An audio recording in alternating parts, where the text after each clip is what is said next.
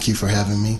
My name is Dr. Elias Jackson. I'm president of Veripharm Pharmaceuticals, and I'm here testifying for Bill 3785. Give you a little background about myself. I'm a native Texan from San Antonio, Texas.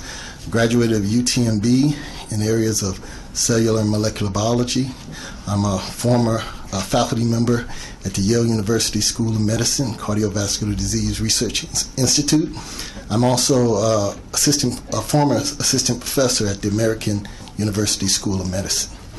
And I think I just briefly want to come from the point of how this bill actually affects translational research and also basic science research. So oftentimes when we're scientists, physician scientists, translational scientists are approached with a disease state, we tend to come from it with not knowing the outcome of the drugs that we formulate. I used to work in industry in cancer drug discovery. And the problem there is that oftentimes when we would create a drug and take it through toxicology trials, the morbidity trials that were associated with it was extremely harsh. With medical marijuana, we're in an interesting situation where we have documented successes. We also understand the basic background when we talk about cannabinoids, the endocannabinoid system in the body. So all we have to do now is tease and elucidate the mechanism of action.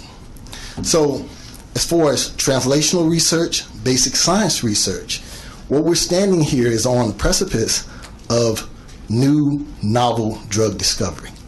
And what that's going to do is actually increase the amount of grants, is going to increase the amount of young scientists being able to apply for these grants.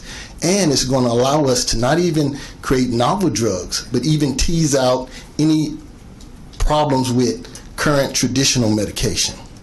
That's one aspect of this bill.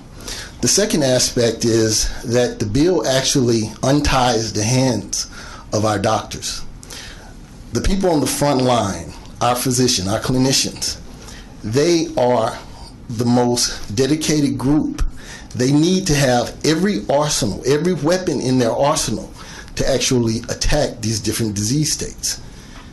Now, at Veripharm, I approached my team several months ago with the idea of approaching one of the large research institutes with a cannabinoid study. I consulted with mentors that I knew at Yale University, at Dallas Southwestern, and also at UTMB. Half of them said, go for it. The other half said, you're out of your mind. And the reason why they said that wasn't because they didn't see any medical benefits. In science and medicine, we're ruled by the statement, it takes 20 years to build a reputation and only 5 years to tear it down. So they were concerned that I would approach a big institution and I would get the label of the marijuana scientist, so to speak. So without that, I decided to go for it, and we approached MD Anderson, world-renowned cancer center. And we approached them with the idea of looking at lymphoma, doing 2 basic studies focusing on a cell model and also an animal model. And I'm happy to say that I'm holding here in my hand the final contract for a study that will be carried out in conjunction with Veripharm and MD Anderson to look at lymphoma and how cannabinoids actually can help this disease state. So without question, there are physicians, there are scientists out there that want to go forward and want to recommend, but they need that extra leverage, they need that opening, and you guys have the ability to really set the bar high to where every other state within this country can model their marijuana policy after.